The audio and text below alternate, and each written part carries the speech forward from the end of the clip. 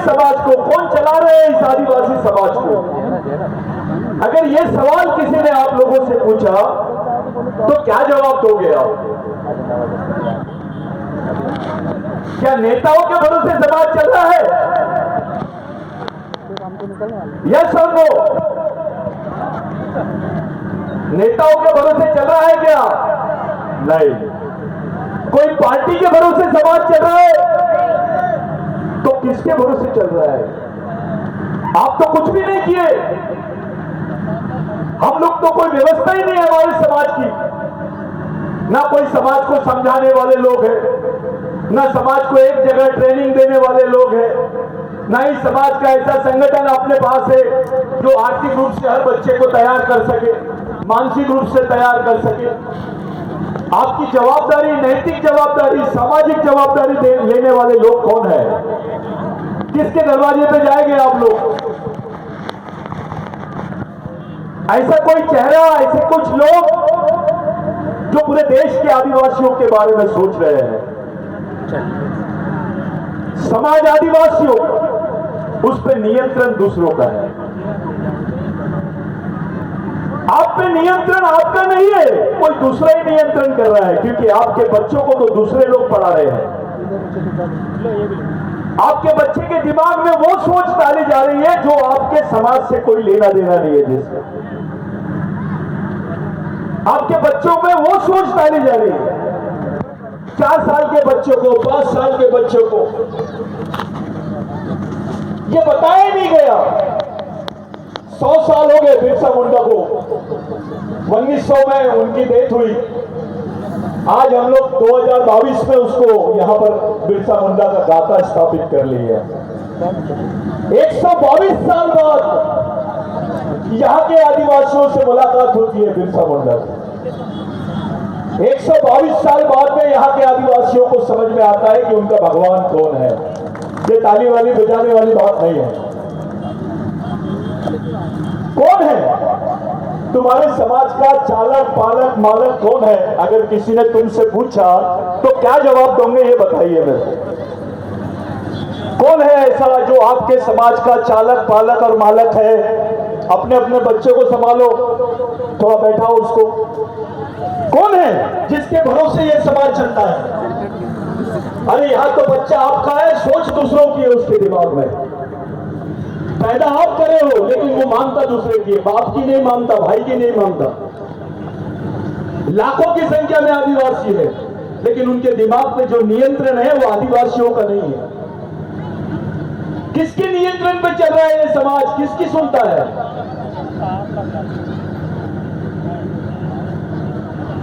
किसके नियंत्रण में चलेगा ये? कौन कर रहा है इस समाज की देखरेख? ये जो आज हम लोग थोड़ी बहुत संख्या में दिखाई दे रहे हैं ना, ये महापुरुषों की वजह से है। वरना यहाँ पे कोई किसी के लिए समाज की कोई व्यवस्था खड़े करने के लिए किसी ने कुछ नहीं किया। आपने भी कुछ नहीं किए। एक ऑफिसर आता है आपके बीच में, खुलेआम बोल रहा है, पोरलाल दादा खुलेआम बोल रहा है, कल कुछ हो गया उसको क्या करोगे आप? क्या संभालोगे? क्या है आपके पास? आपके नेता कहां है? आपका नेता तो जनजाति गौरव में बैठा हुआ है, बात कर रहा है। अभी 15 तारीख है, कल राष्ट्रपति आएगी। शहडोल जिले में राष्ट्रपति को बुलाया गया। राष्ट्रपति भी आदिवासी। राष्ट्रपति आप लोग बिठाइए भाई, सब लोगों को बिठाइए। राष्ट्रपति भी आदिवासी, वो भी महिला। सच्चाई क्या है? भारत देश में आदिवासी महिला राष्ट्रपति बन गई। राष्ट्रपति बनने के बाद भी उस राष्ट्रपति को ये लोग खुलेआम आदिवासी राष्ट्रपति नहीं बोलते हैं, उसको जनजातियों का राष्ट्रपति बोलते हैं। यानी इस देश में राष्ट्रपति बनने के बाद भी आपको सम्मान नहीं मिलेगा जो चाहिए। इसी देश में जहां पे मध्य प्रदेश में राष्ट्रपति आ रही है, उसी मध्य प्रदेश में आदिवासी बच्चियों को बेचने का काम चल रहा है। हमारी बच्चियों को खरीदा जा रहा है। 20 साल के लिए, 14 साल के लिए, 10 साल के लिए दूसरे बड़े शहरों में उनको काम के लिए भेज देते हैं। रोज अखबार में 2-4 दिन के बाद में आपको एक खबर सुनने में आती है। कि भाई आदिवासियों के इतने बच्चों को बेचा गया, झारखंड के बच्चों को बेचा गया, महाराष्ट्र के बच्चे को बेचा गया। कुछ कुछ जगह तो आदिवासी बच्चों को मारा जाता है, उनकी किडनी निकालते हैं, उसको बेचते हैं।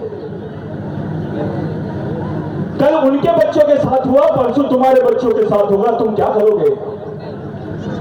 कहां जाओगे तुम? एक महिला देश की राष्ट्रपति, दूसरे तरफ इस देश का चित्र है कि 13-13 साल की लड़कियों के हाथ में बंदूक है और वो आदिवासी बच्चियां हैं। 13-13 साल की लड़कियां। बैठ जाओ। 13-13 साल की आदिवासी बच्चियों के हाथ में बंदूकें हैं। उनको नक्सलवादी बोल रहे हैं। अरे 13 साल के बच्ची को तो कुछ नहीं समझता है। जो 13 साल के बच्चे हैं, जब भी प्रहलाद दादा ने लड़कों को खड़ा किया कि भैया 14 साल का कौन है, अब 13 साल की बच्चियों में क्या है? वो भी नक्सलवादी कहलाते हैं। 9 साल का बच्चा भी नक्सलवादी कहला रहा है देश। यानी आदिवासी का जो भी बच्चा पैदा होगा वो नक्सलवादी पैदा होगा। और एक बार आपको नक्सलवादी बोल दिए तो आपको बंदूक मारने की उनको परमिशन हो जाती है, गोली मारने की परमिशन मिल जाती है। नक्सल बोलने के बाद में कोई केस नहीं लगेगी, आपको मारा जाएगा। इस देश में एक अलग भाषा वापर रहे आदिवासियों के बारे में, एक षड्यंत्र चल रहा है। मुसलमान ने कुछ किया तो आतंकवादी, और आदिवासी ने कुछ किया तो नक्सलवादी। ये षड्यंत्र है तुम्हारे बाल बच्चों के साथ में। तुमको मारने की प्लानिंग चल रही है, तुमको खत्म करने की प्लानिंग चल रही है।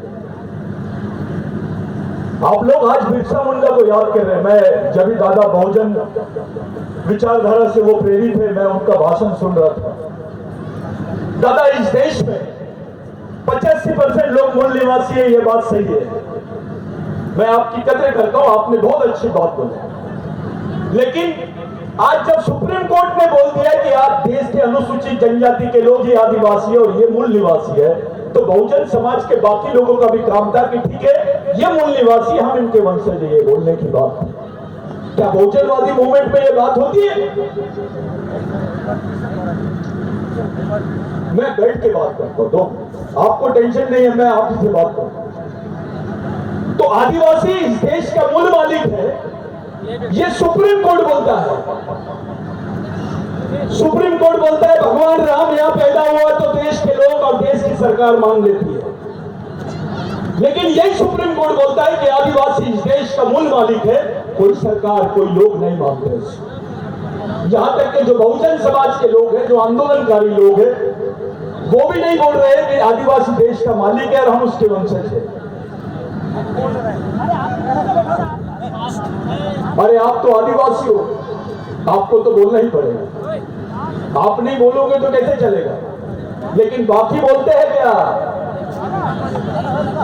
आज के तारीख में आदिवासियों के पक्ष में कोई भी नहीं दिख रहा है, कोई आदिवासियों की बात नहीं कर रहा है। आदिवासियों का जब भी विषय आता है सब लोग उसको डरा देते हैं। तो 7% है, 7.5% है। अरे इस देश में 29 राज्य है, 29 राज्यों में 13 राज्य आदिवासियों के हैं, जिसमें नॉर्थ ईस्ट, जिसको 7 सिस्टम बोलते हैं, अरुणाचल, नागालैंड, मेघालय, त्रिपुरा, ये जितने राज्य आदिवासी, इधर छत्तीसगढ़, मध्य प्रदेश, साउथ महाराष्ट्र, तेलंगाना, झारखंड, उड़ीसा, आसाम, ये आदिवासी राज्य है। और अगर भारत में 13 राज्य आदिवासियों की है, यानी 50% जनसंख्या यानी राज्य आदिवासियों के हैं। आप उनकी जनसंख्या के बारे में बात मत करो, उनकी जमीन के बारे में बात करो। पूरे भारत की आधी जमीन आदिवासियों की है। आदिवासी इस देश के आधे भारत का आज भी मालिक है। और जो लोग देश को राष्ट्र की बातें बता रहे हैं कि देश इसका है, देश उसने बताया है, ये आदिवासियों को नहीं बता सकते, क्योंकि देश के मूल मालिक हम हैं। यहाँ का दलित आदिवासियों का वंशज है, यहाँ का बहुजन आदिवासियों का वंशज है, यहाँ का अल्पसंख्यक आदिवासियों का वंशज है। क्योंकि इस देश का पहला एंथ्रोपोलॉजिकल आदमी, जिसको मानव शास्त्रीय आदमी बोलते हैं, वो आदिवासी है। अब एक षड्यंत्र चालू हो गया है। पिछले 4 सालों में जब से राष्ट्रीय अंतरराष्ट्रीय मंच पर भगवान टंट्या भील की बात शुरू हुई है, यहाँ पे बुद्धिजीवी कर्मचारी भी बैठे हैं, मैं आप लोगों के दिमाग में वो बात डालना चाहता हूं कि ये फर्स्ट टाइम हुआ है, ये पहली बार हुआ है जब देश में टंट्या भील के नाम पे चर्चा शुरू हुई है। नहीं तो आज तक 2019 तक टंट्या मामा को ये लोगों ने डकैत क्रिमिनल ट्राइब बोल के रखा। उसको स्वतंत्र सेनानी की लिस्ट में आज भी नाम नहीं है, एनसीईआरटी की लिस्ट में देखिए टंट्या मामा का नाम नहीं है। तुम इधर जाके देख लीजिए, जो आपका मध्य प्रदेश शिक्षण विभाग है, वहां टंट्या मामा का नाम स्वतंत्र सेनानी के नाम पे नहीं था। लेकिन जब से यहां पर टंट्या मामा की बात शुरू हुई मिशन के दौरान, तो पूरे देश में ये खबर आज चर्चा का विषय होगी। Who is Tantya Bhil, what he want, who was he, what he had done for the nation, ये क्वेश्चन करने लग गए हैं। पार्लियामेंट में क्वेश्चन होता है टंट्या भील कौन है, लेकिन जैसी बात टंट्या भील के इतिहास की आती है सब लोग चुप हो गए। साथियों, इन्होंने तो टंट्या भील का ऊपर में पहला वार 1993 में कर दिया कि जो भील को वंश से टंट्या भील आते हैं उस भील वंश को आदिवासी नहीं है, ऐसा यूनाइटेड नेशंस में डिक्लेरेशन कर दिया। संयुक्त राष्ट्र संघ में भारत सरकार ने बोली कि भील आदिवासी नहीं है।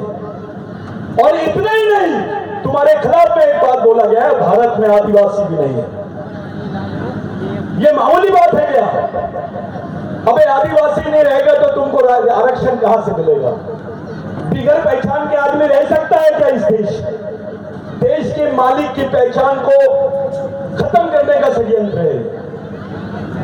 ऐसा किसी देश में नहीं हुआ। ये भारत पहला देश है, इस देश का रिप्रेजेंटेशन जाता है कि आदिवासी भारत में नहीं रहते। तो ये कौन है? ये कौन है जिन्होंने देश के लिए लड़ाई लड़ा?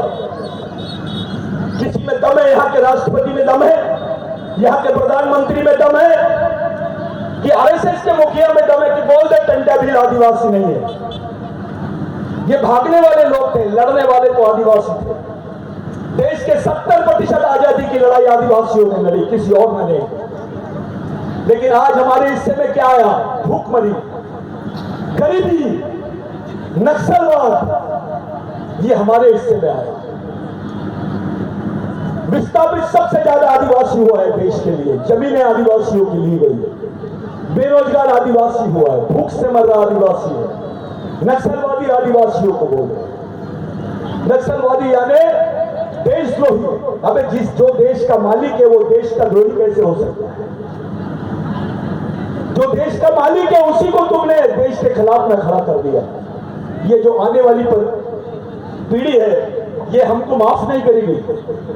जब इनके सामने ये सवाल आएगा कि भारत सरकार ने आदिवासियों को बोला कि भारत में आदिवासी नहीं रहते, तब मेरा बाप क्या कर रहा था, मेरा भाई क्या कर रहा था, हमारे नेता क्या कर रहे थे, तब हमारी माँ क्या कर रही थी, मेरी बहन क्या कर रही थी, क्या जवाब दोगे आप? अरे देश में आजादी और ये बाकी की जो बातें हैं ये सब ढोंग है। प्रधानमंत्री में हिम्मत है ये बोलने की संयुक्त राष्ट्र संघ ने कि हाँ भारत में आदिवासी रहते हैं, तो हम उनके साथ। कौन से पार्टी में दम है? कौन तुमको अपने मैनिफेस्टो का हिस्सा बनाते हैं? अभी तक के आदिवासियों को अपने घोषणा पत्र का हिस्सा नहीं बनाया किसी पार्टी ने। सब झूठ बोले आदिवासियों के साथ में। किसी ने तुम्हारे बारे में नहीं सोचा और ना ही सोचेंगे, क्योंकि खुद तुम अपने बारे में नहीं सोचते। हमने अभी तक के कोई अपना मिशन ही खड़ा नहीं किया। ये बच्चों के दिमाग में गले में गमछे डाल दिए। अरे उसके गले में गमछे डालने के बजाय उसके दिमाग में सोच डालने की मशीन खड़ी करो। उसके दिमाग में सोच होना चाहिए।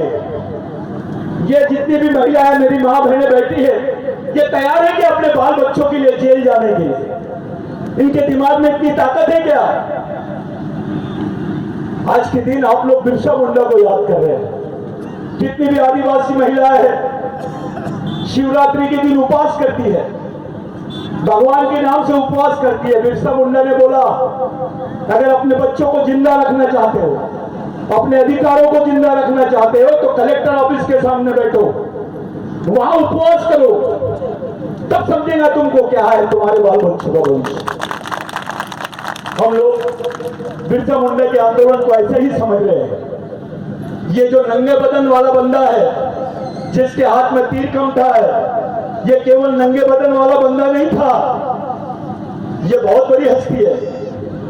एक बार बहुत तूफान आ रहा था, इधर उधर पूरे तूफान आ रहा था। वहां पे सबसे ज्यादा प्रसिद्ध मंदिर था, राम मंदिर से भी ज्यादा प्रसिद्ध जगन्नाथ का मंदिर। तूफान आ रहा था, सब इधर उधर भाग रहे थे। कुछ सूअर और सूअर के बच्चे पानी में ठुकर रहे थे। बिरसा मुंडा ने देखा, वो जगन्नाथ के मंदिर का ताला तोड़ दिया और पूरे सूअर के बच्चों को अंदर लेके चले गया। पूरे सूअर को अंदर लेके गया। सुबह हंगामा हो गया, सब लोग, पूरे पंडे लोग तैयार हो गए। अरे बिरसा मुंडा ने तो भगवान को अपवित्र कर दिया, अब बिरसा मुंडा को इसकी सजा देनी चाहिए। सुबह हुई, बिरसा मुंडा ने बोला ठीक है, आप मेरे कुछ सवाल का जवाब दो, आपके सवाल का जवाब मैं दूंगा।